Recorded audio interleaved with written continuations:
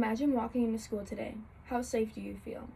Between 1997 and 2025, there have been about 1,800 school shootings across the United States. The Gun-Free School Zone Act is a federal law designed to reduce gun violence.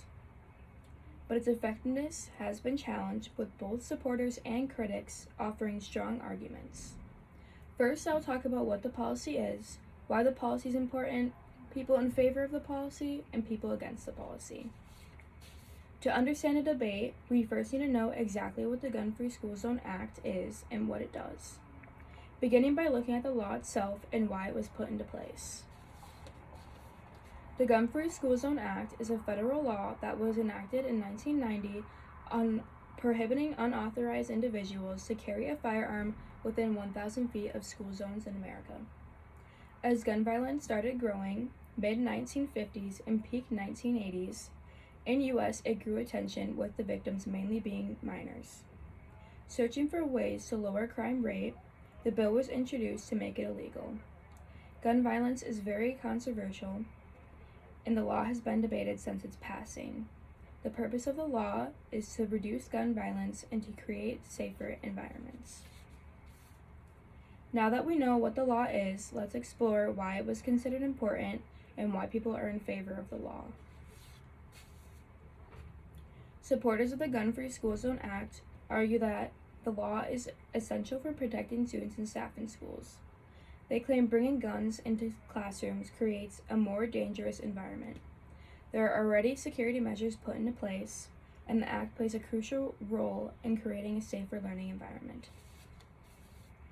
Groups like the National Association of Teachers and the American Federation of Teachers state teachers need to be armed with school supplies, books, and materials to address students' needs. Many teachers have no desire for the law to be changed or abolished. Ken Trump states concerns implementing a change in the Gun-Free School Zone Act policy could leave teachers with enormous responsibility. It could create a large and dangerous task arming teachers. Teachers aren't trained to make a split-second life or death decision and evaluate if the shot can be taken without harming innocent children with friendly fire. While the law was meant to increase safety, not everyone agrees that the law has been effective. Since the implementation of Gun-Free School Zone Act, there has been a spike in school shootings across the United States, arguing the effectiveness of the policy. Critics argue that the gun-free school zones can't guarantee safety and may make schools targets, knowing staff and citizens are unarmed. Arguing the gun-free school zones prevent law-abiding citizens from protecting themselves. Weapon and gun bans are unconstitutional. They cannot prevent criminals or mentally ill from committing violence. They often prevent of such violence. Quoted U.S. Representative Macy, 2013.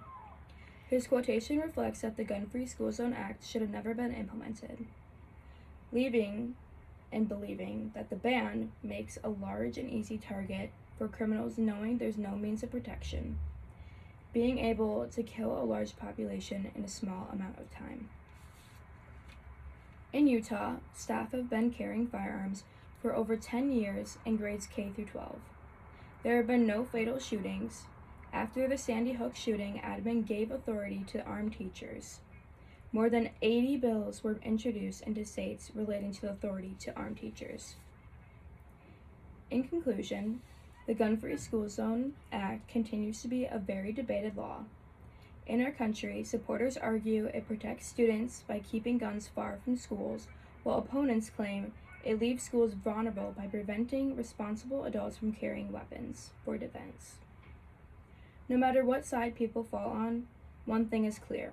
The law highlights the ongoing challenges of how we balance our rights, safety, and freedom, and the thing that matters most, our schools.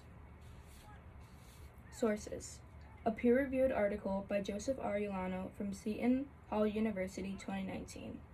Melissa Gonzalez-Rock from Walden University, 2020, and Dr. Maurice Thompson from California State University, 2022.